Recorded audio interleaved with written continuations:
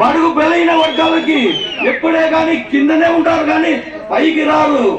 పల్లె లేదా మాత్రం కాదు, మా బాధ మేము చెప్తున్నాము. మేము కార్యకర్తలు మేము నష్టపోయినాము నా తెలుగుదేశం పార్టీ నుంచి. సార్ మీకు అధికారం ఉంది కదా, అందరూ సస్పెండ్ చేయాలి, లేకుంటే ఇంట్లో కూర్చుంటాం. మాకు పార్టీ మీరు బాధపడకండి, మీ ఎండ మేమందరం ఉంటామన్నా. మీరు ఇండిపెండెంట్ గా వేయండి, ఇండిపెండెంట్ గా వేయండి.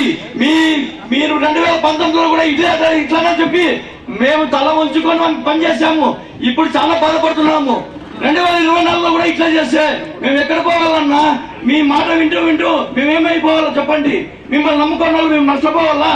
ఏం కావాలా? పార్టీ అని చెప్పి మేమేమైపోయాం చెప్పండి అన్న. మీరేను పార్టీ సిద్ధాంతాలు అని చెప్పేసి మీరు ఇట్లే మాకు చంద్రబాబు నాయుడు ఎందుకు చేస్తాడు, నారా లోకేష్ గారు చేస్తారు అని చెప్పేసి బీసీలకి టికెట్ ఇస్తామని చెప్పేసి రాత్రి ఏమైందన్నా? ఈ బీసీలు ఏమైపోయారు? టికెట్ ఇవ్వకుండా అనౌన్స్మెంట్ ఏం చేశారు చెప్పండి అన్నా. మన నిరూపణ చూపిద్దాం. మీరు నామినేషన్ చేస్తే ఇండిపెండెంట్ గా వేయండి.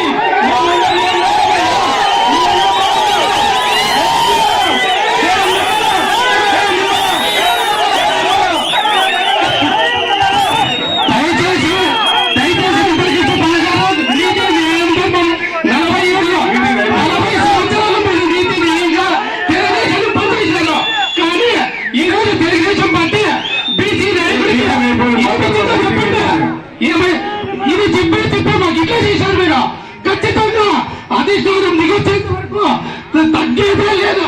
మీరు చెప్పినట్లు మేము విన్నాము.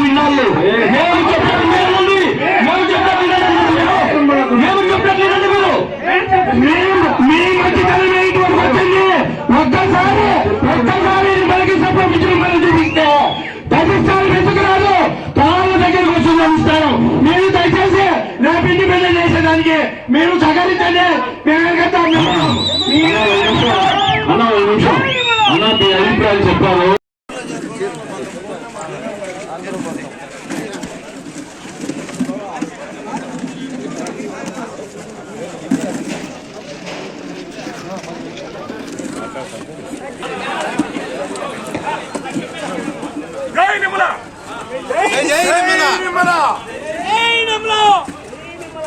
జై నిర్మల.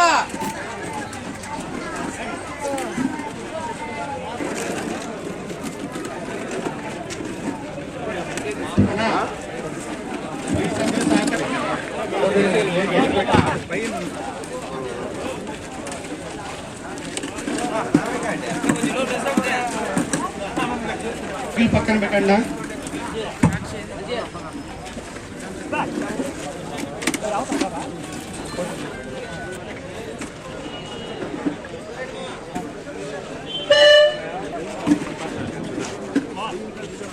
కొంచెము జనాలు కూర్చునే ఇబ్బంది అవుతుందినా, దయచేసి బైకులు తీసేయండి నాడ.